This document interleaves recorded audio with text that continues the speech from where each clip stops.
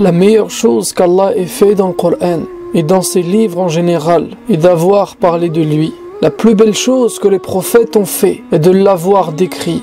La meilleure chose que tu puisses faire dans ta vie, celle qui te sera le plus profitable, est de le connaître. Durant notre vie, on se pose 1 milliard de questions et la plus pertinente d'entre elles est « Qui est Allah ?» Oublie toutes les autres questions pendant quelques minutes, car c'est à cette question que tu dois avoir une réponse solide, une réponse que tu pourrais développer pendant des heures. Il y a des choses que l'on connaît parfaitement, alors que lui on le connaît si peu. Qui est-il pour toi? Qui es-tu pour lui? Il faut se pencher sur cette question. En vérité, la place qu'il occupe dans ton cœur détermine la place que tu as auprès de lui, même si lui est plus généreux avec toi que tu ne l'es avec lui. Au moment où tu penses à lui, sache qu'il t'a déjà devancé en pensant d'abord à toi. Et lorsque toi tu l'oublies, lui pense quand même à toi. Avant que tu ne sois, tu existais pour lui. Lorsque tu étais dans le ventre de ta mère, dénué de tout intellect, il s'occupait déjà de toi. Durant toute ton enfance, il a veillé sur toi et sur ton bien-être. Tu ne sais pas le nombre de choses qu'il a fait pour toi durant cette période. Le nombre de fois qu'il t'a sauvé la vie. Tu ne t'en rends même pas compte, car tu ne l'as pas vu. Le nombre de fois qu'il t'a aidé. Le nombre d'anges à qui il a ordonné de te protéger lorsque tu apprenais à marcher, lorsque tu découvrais la vie dans ce monde.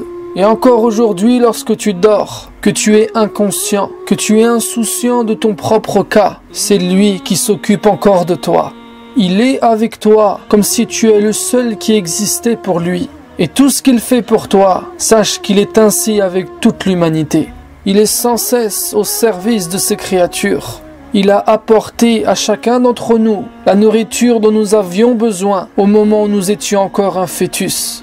Il nous ramenait notre subsistance dans le ventre de notre mère, dans un endroit clos où personne ne pouvait accéder.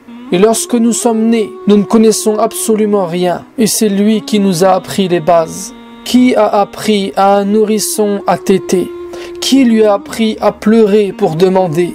Si cela ne dépendait uniquement de toi, tu n'aurais pu ni vivre ni survivre. Lui seul a un pouvoir infini sur toute chose. Tu étais un morceau de chair et il t'a façonné. Il n'a cessé de te concevoir jusqu'à ce qu'il t'ait insufflé ton âme. De quelle manière remercier celui qui t'a fait tant de bien? Il t'a comblé de tellement de bienfaits. Tu ne pourras jamais ni les dénombrer, ni le remercier suffisamment. C'est lui l'origine du miracle de la vie, l'origine de ce qu'on appelle les miracles scientifiques. Il n'y a aucune difficulté, aucune complexité pour lui. Ce qui te fascine est pour lui facile. Ce qu'il fait est inégalable. Lui seul est capable de faire ce qu'il fait. Il ne nous a pas créés pour que nous l'aidions à faire ce qu'il n'arrive pas. Personne ne parviendra jamais à égaler le lait maternel. Personne n'arrivera jamais à créer de l'eau. Réunis le monde entier. Et si quelqu'un parvient à créer une mouche, alors délaisse Allah pour adorer cette personne. Et si personne n'y arrive, alors sache qu'il a raison lorsqu'il dit wa huwa alladhi fis samaa'i ilahun wa fil ardi ilah wa huwa al-hakimul alim. C'est lui le Dieu des cieux et le Dieu de la terre. Le Seigneur de l'univers, il possède tout ce que tu connais et tout ce que tu ignores. À lui appartient l'Est et l'Ouest. Où que tu sois, il est présent. Il est là. Les jours passent, les nuits passent, les siècles se succèdent, mais lui, il est là. Le soleil se lève, puis se couche. Les étoiles apparaissent, puis meurent. Mais lui, il est toujours là. Il est là en ce moment. Il te voit et il t'entend. Que tu parles ou que tu penses, pour lui c'est la même chose. Il te comprend parfaitement. Il sait ce que tu penses avant même que tu n'y penses. Il sait ce que tu vas voir avant que tu ne regardes. Il sait ce que tu vas dire avant même que tu ne parles. Il sait ce dont tu as besoin avant que tu ne le demandes. Il sait ce qui te chagrine avant que tu ne pleures. Son savoir sur toi est illimité. Ta vie est gorgée de ses sagesses. Il te veut du bien, mais toi tu t'arrêtes. Tu restes bloqué et tu te plains lorsqu'il t'arrive un pseudo-malheur. Alors qu'il se peut que tu détestes une chose, alors qu'il a fait qu'elle sera positive pour toi. Il se peut que tu aimes une chose, alors qu'elle sera négative pour toi. pense à lui avant de penser à toi. Car tout ce qu'il te demande de faire, c'est pour toi, ce n'est pas pour lui. Lui n'a pas besoin de toi, mais toi, tu as besoin de lui. Tu ne peux pas te passer de lui, alors que lui se passe de toi. Il est le premier sans début. Il était le seul et l'unique, et il l'est toujours. Et sache que si tu le renies, que tu l'oublies, ou que tu lui désobéis, cela ne diminue rien en lui. Car en vérité, tout ce qui est dans les cieux et sur la terre le glorifie, l'évoque sans que tu ne comprennes leur évocation. Tout le monde atteste qu'il est le roi des rois. Regarde devant toi, regarde derrière toi, regarde à ta droite et à ta gauche. Tu verras la royauté d'Allah. Et il suffit de peu pour admirer un de ses chefs-d'œuvre, car en vérité ils sont placés tout autour de toi. Regarde de quelle manière a-t-il créé la grenade, en agençant des graines translucides une par une, en les enveloppant dans une peau douce, en emballant et en colorant le tout, et en y ajoutant du goût. Qui est capable de faire de telles choses? Lorsqu'Allah crée une grenade, il émerveille. Lorsque l'être humain fabrique une grenade, c'est pour tuer, détruire et prendre le pouvoir. Son pouvoir, lui, il ne le perd jamais. Cite-moi l'œuvre d'une seule personne qui a mis d'accord tout le monde. La seule que tu pourras me citer est celle d'Allah.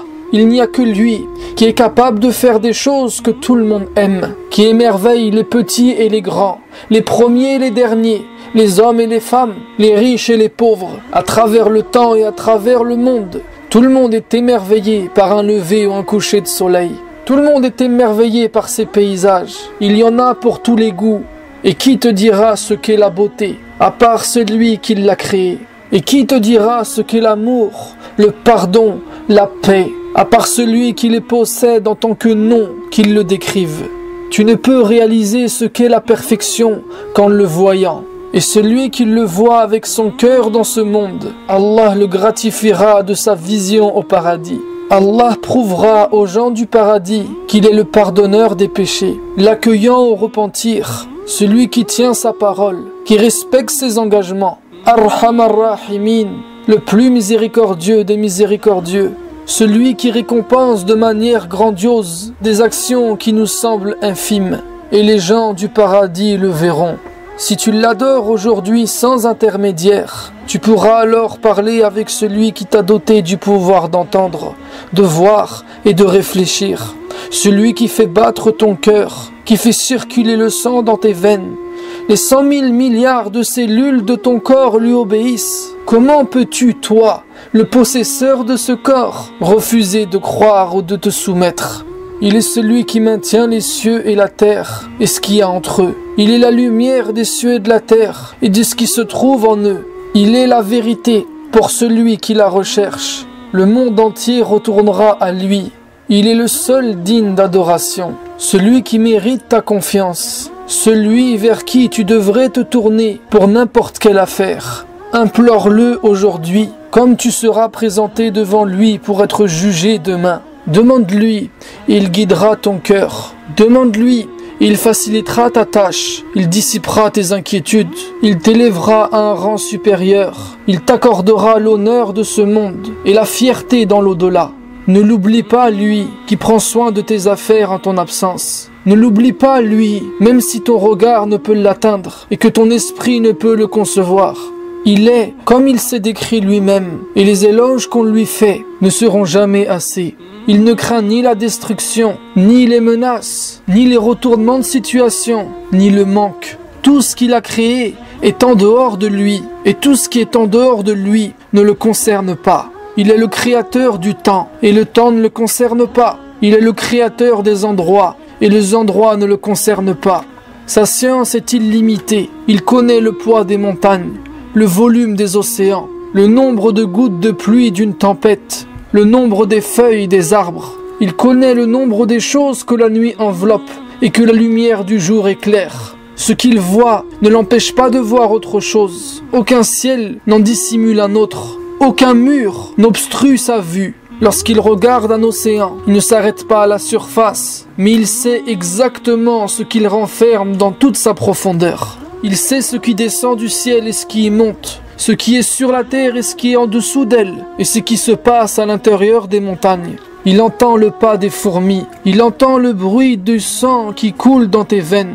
Il fait tourner la Terre sur elle-même. Il déplace les milliards de galaxies dans son univers à une vitesse bien précise. Il connaît la trajectoire de chaque chose. Tout ce qu'il fait, il le fait selon un calcul minutieux. Il gère l'infiniment grand et l'infiniment petit. Il sait ce qui est et ce qui n'est pas. Il sait ce que chaque chose deviendra. Il sait ce qui a été, ce qui n'a pas eu lieu, et comment auraient été les choses qui n'ont pas eu lieu. Comment se détourner de lui? Quelles sont ces coïncidences, ces événements, ces choses qui nous ont trompés à son sujet? Tu as tout à gagner à lui obéir. Tu as tout à perdre à le mettre en marge de ta vie. Mais ne l'adore pas parce qu'il t'y oblige, mais adore-le parce qu'il le mérite. Aime-le parce qu'il est digne d'être aimé. Crains-le parce qu'il est digne d'être craint. Il a ses preuves, il a placé ses signes. Quelle preuve a celui qui témoigne qu'il n'existe pas? La vérité des vérités est qu'Allah existe de toute évidence. Il est celui que ton cœur réclame. S'il est avec toi, qui peut être contre toi? Et s'il est contre toi, qui peut être avec toi? Si tu le connais, qu'est-ce que tu ignores? Et si tu l'ignores, qu'est-ce que tu connais? Si tu as acquis son amour, qu'as-tu perdu?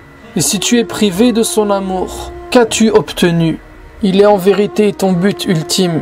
Il domine ta vie, ta mort, et il détient ta subsistance. Tu as toute ta vie pour apprendre à le connaître, à te rapprocher de lui.